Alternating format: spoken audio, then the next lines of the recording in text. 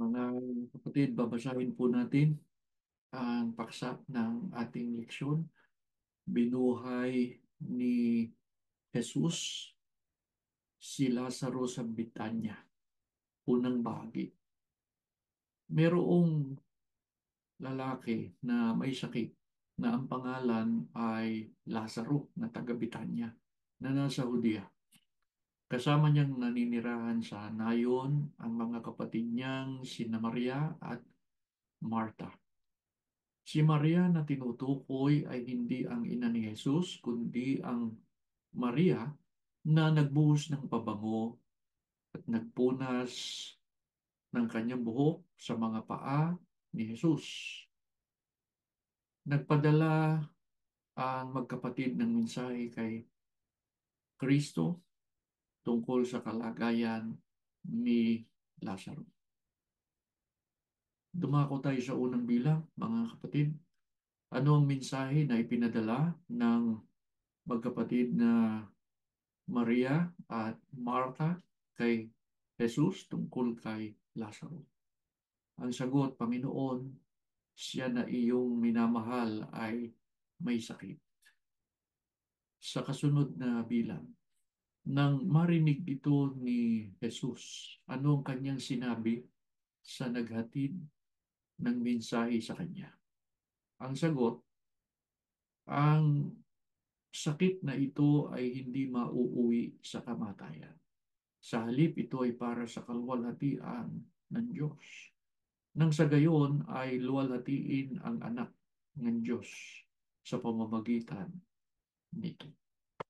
Mga kapatid, mahal ng Panginoong Hesukristo ang magkakapatid na Marta, Maria at Lazaro. Kaya nang marinig niya na si Lazaro ay may sakit, nanatili lang siyang 2 araw sa kanyang tinutuluyan at sinabi sa kanyang mga alagad na babalik sila sa Judea. Sa pangatlong bilang, anong sinabi ng mga alagad kay Jesus nang sabihin niya sa kanila na babalik sila sa Judea? Ang sagot, Rabi, nagtatangka ang mga Hudyo na batuhin kayo katumbas ng patayin. Nais pa ba ninyong bumalik doon? Sa kasunod na bilang, ano ang isinagot ni Jesus sa kanyang mga alagad nang marinig niya ang sinabi nilang ito? Kung sabi ng Panginoon, hindi ba may 12 oras ng liwanag sa isang araw? Ang naglalakad kapag araw ay hindi matitisod sapagkat nakikita niya ang liwanag ng sanlibutan ito. Ngunit ang lumalakad sa gabi ay matitisod sapagkat ang liwanag ay wala sa kanya. Matapos niyang sabihin, ito'y idinugtong niya. Ang kaibigan nating si Lazaro ay natutulog, ngunit pupunta ako roon para gisingin siya. Sa kasunod po na bilang, anong itinugon kay Jesus ng kanyang mga alagad sa sinabi niyang ito? Panginoon, kung siya ay natutulog, gagaling siya. Ang tinutukoy po ni Jesus sa pagkakataong yun ay ang pagkamatay ni Lazaro. Ngunit ang akala ng mga alagad ay karaniwang pagtulog lamang. Sa pang-anim na bilang po, kaya ano ang tuwirang sinabi ni Jesus sa kanila? Ang sabi ng Panginoon, patay na si Lazaro para sa inyong kapakanan. Mabuting wala ako roon upang kayo'y sumampalataya, gayunman, puntahan natin siya. Sa ikapitong bilang na po. Pagkarinig nito, ano ang sinabi ni Tomas na tinatawag na kambal sa kapwa niya mga alagad? Ang sabi niya, pumunta rin tayo upang mamatay na kasama niya. Nang dumating si Jesus sa Bitanya, nadatnan niyang 4 na araw nang nakalibing si Lazaro.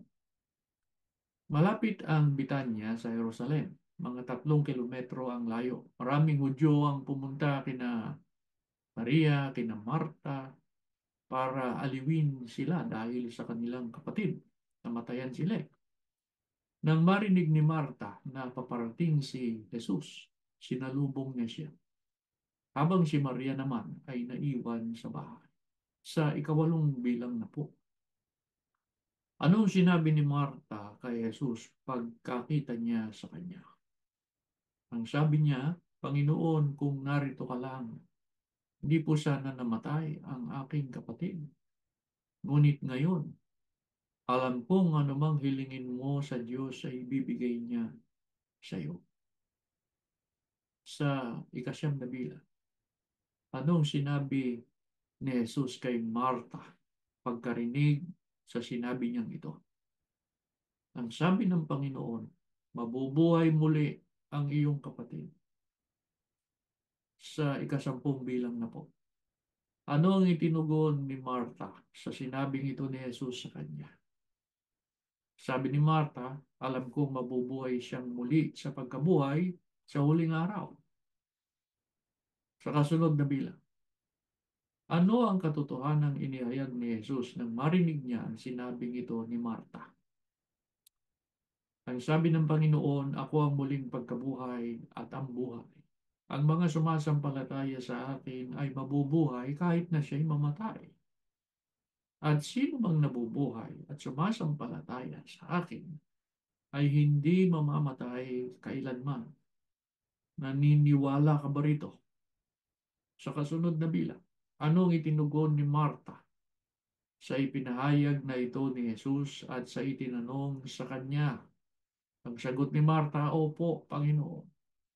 Naniniwala ako na ikaw ang Kristo, ang anak ng Diyos, na siyang dumarating sa sanlibutan. Mga kapatid, nais ng Panginoong Kristo na ang mga lingkod niya ay sumampalataya na siya ang ilaw ng sanlibutan. Kung lalakad tayo sa liwanag o si Kristo ang mangunguna o mag-ahari sa buhay natin, hindi tayo matitisod o manghihina ni maliligaw. Pero kung hindi matitisod tayo, nais din niya na sampalatayanan natin siya, ang muling pagkabuhay at ang buhay. Ang sumasampalataya sa kanya ay mabubuhay kahit na siya'y mamatay.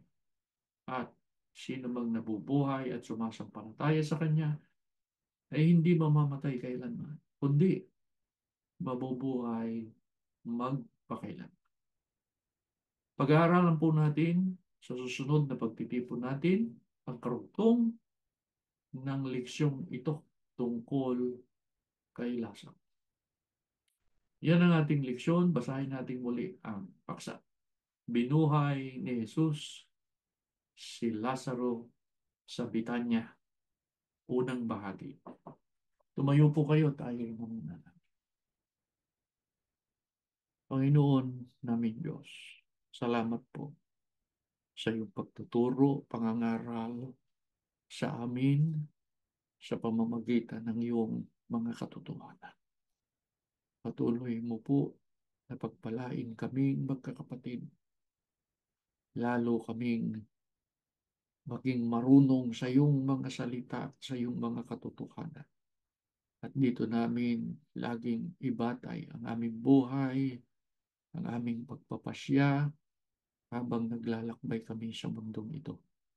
Maawa ka po na ang mga katotohanan ito maghari sa aming buhay hanggang sa makatapos kami ng aming tagumpay. Pagpalain mo po ang aming mga kapatid. Ibiyaya mo ang kanilang pangangailangan sa araw-araw. Iligtas mo sila sa lahat ng uri ng kapahamakan. Mamalagi ang iyong basbas at pagpapala sa kanila. Nangangako naman kami, Ama. Magpapatuloy kami sa aming mga pagsamba. Hindi kami titigil sa mga paglilingkod namin sa iyo. Kaawaan mo lang kami, Ama, na sa tuwing kami ay nagpupuri at sumasamba sa iyo, makapagdulot sana kami ng kalwalhatian sa iyong pangalan. Tinanggap namin ang aming dalangin Muli mong binasbasan kami sa ngalan ni Jesus na aming tagapagligtas.